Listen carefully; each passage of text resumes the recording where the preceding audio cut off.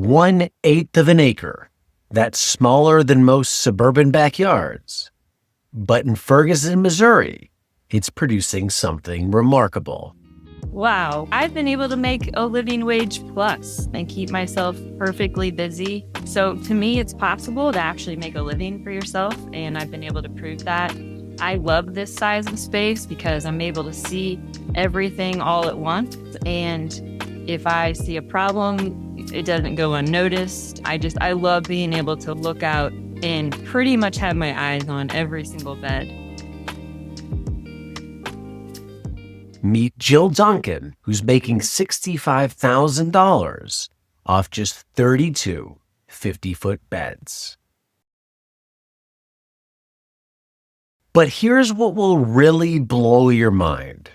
So I don't have any employees. I do everything except I have a harvest crew that comes in and helps me do this massive operation every week.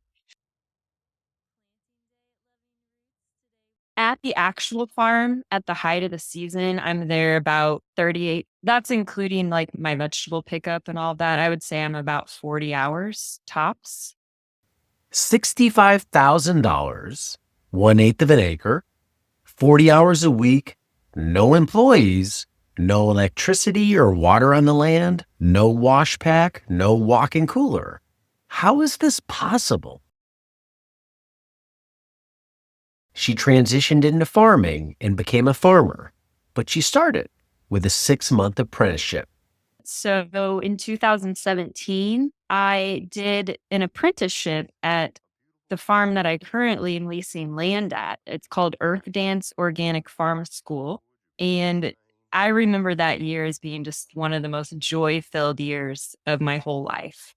And that's the year that I went from I'm a backyard gardener to I will be a farmer. For the next 2.5 years, I just dove into everything like market gardening that I could find, conferences and workshops and master classes and books and all the things. And then I was like, okay, what do I need to take the plunge?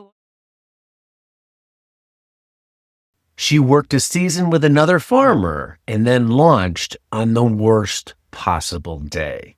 And I was planting my first seeds on the day of lockdown in March 2020, literally putting the first things in the ground and going, oh my God, what am I getting into? Her entire business plan evaporated overnight. Because I was just going to be this big farmer's market farmer where I was just going to take everything to the market, this market that I love, and I was going to try to sell everything. She had less than a week to figure it out. No farmer's market, no customers, plants were already in the ground. I had heard some people were starting online stores and I had never sold anything online. And so I just figured that out. But that was probably the time where I felt most unsure. I didn't even know where I was going to sell my vegetables. Within a week, she created an online store and found a kombucha brewery parking lot to sell from. And I pivoted really fast and I started selling my vegetables outside of a kombucha brewer's place. Got lines down the street of people in masks because they hadn't been out of their house. And everybody's so excited to go pick up fresh vegetables from a person that had just harvested them and washed them and hand them to them. And they didn't have to go to the grocery store for that. Let's talk about what's possible on 1/8 of an acre. While 80% of small farms fail within their first 5 years, Jill's revenue has grown every single year. I've got 32 50-foot beds. I'm definitely focusing on the quick growing crops like salad mixes, radishes, Hakurei turnips, those things of that nature. I also have a very large head lettuce business. I also sell tons of kale and chard and collards and carrots. I do cherry tomatoes only, so just small things. I'm really focusing on things that people put in a salad. Her pricing strategy? Charge what it's worth. Wholesale, I'm at 12, 13 a pound. I'm at 15 on the wholesale side. Retail, I'm bumping that up maybe 20, 25%. I believe that I'm pushing the very high end. Also, on the flip side, having no one has ever said anything to me about your vegetables are too expensive. I've never had a chef say, "Oh, we can't pay that." So, although I think I'm pushing those prices, they're very well received. She didn't start with hundreds of customers. Like, I would say each week I have 70 retail orders. And then I've got a list of 8 to 9 solid restaurant shops, maybe 10, that are all buying at different quantities. I have a minimum order. Think about it. Do you know 50 people that you could sell to?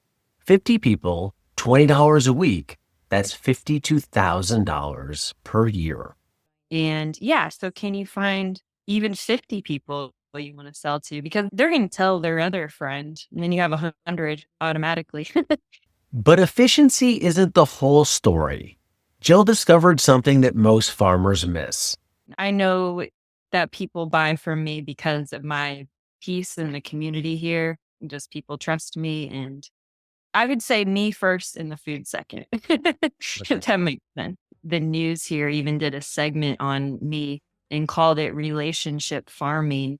I know that I can't feed this whole city, but my goal is to know every person that I am feeding. Every person knows that I really care about them, and I've cultivated a relationship with everybody that's ordering food from me, including the chefs. So it's not just here you go, let me look up your number order. It's hi, what's going on in your life? Like I actually have relationships with everybody that's buying from me on both wholesale and retail. She isn't trying to feed everyone. I've got an eighth of an acre. I can't feed the whole city, but I can feed people that I relate to and the people that they relate to. Every week, Jill creates something special.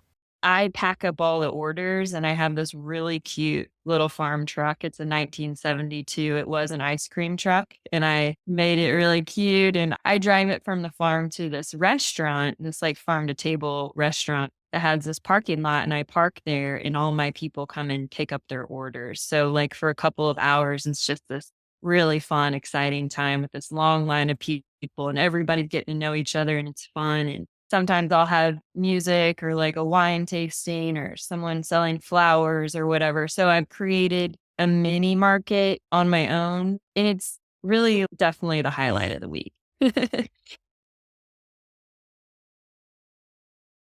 Each year, same space, more money. What's the secret? Speed. My revenue has gone up every year on the same size plot because I'm getting more and more efficient and I'm flipping those beds a lot faster than I was even in the beginning. Let's find out exactly how that changed.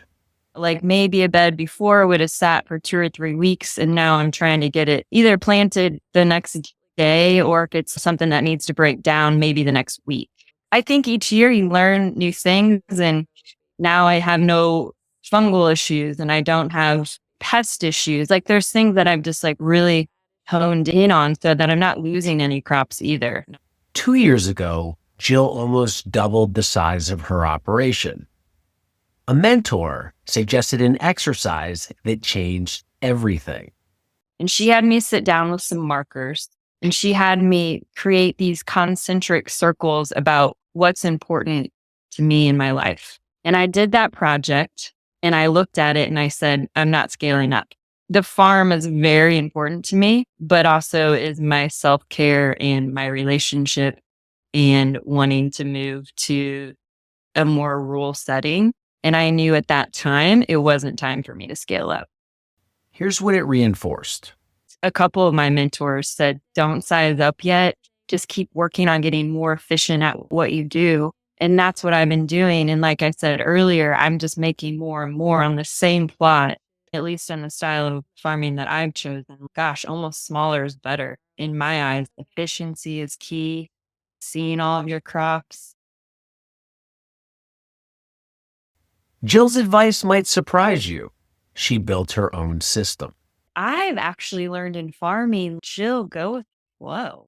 I've learned that I don't have to be super, super strict on numbers and crop plans and all of that because I'm so small that it just flows in a way that makes sense.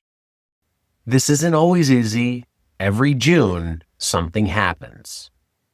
Okay, so about every like beginning of June, my harvests are so big. There's so much food that I start to freak out. And this has been a pattern for me every year. And I'm saying to my volunteers, I'm quitting. The kale's everywhere. And it's just, it feels like too much to handle. One of my volunteers said to me, now let's wait until tomorrow to think about that. And I like luckily got to laugh at myself and be like, all right, Jill, you're going to be fine. The problem is that you have too much food. Like, it's okay. Jill's not trying to get bigger. She's designing a life. I will be selling, I'm planning to do all wholesale. So I would be dropping the retail side. I would like to really switch up what seasons I farm. I've really honed in on the summer greens, and now I want to hone in on the winter green. So I would like to farm summer, fall, and winter and take off the spring. And then I would like to actually start an elderberry farm, to be honest. And I'm not sure how big it would be. I'm thinking around an acre of elderberries.